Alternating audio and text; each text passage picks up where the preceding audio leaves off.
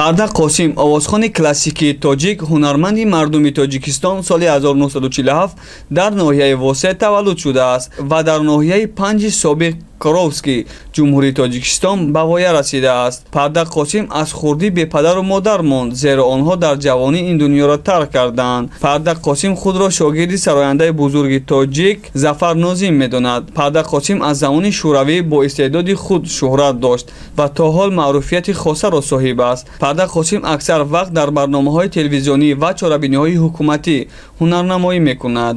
Парда Қосим сурудҳои зиёд дорад, ки дар дили мардум ҷо шуданд, вале аз ҳама таронаи машҳураш, ки хурду бузурги кишвар медонанд, ин суруди Тоҷикистон бо ҳама дору надорад аз мани аст. Парда Қосим дар сурудҳояш ашъори шоирони муосир ва классикии тоҷикро ба мисли Мирзо Турсунзода, Лоиқ Шералӣ, Бозор Собир, Аюбӣ ва ғайра истифода мебарад.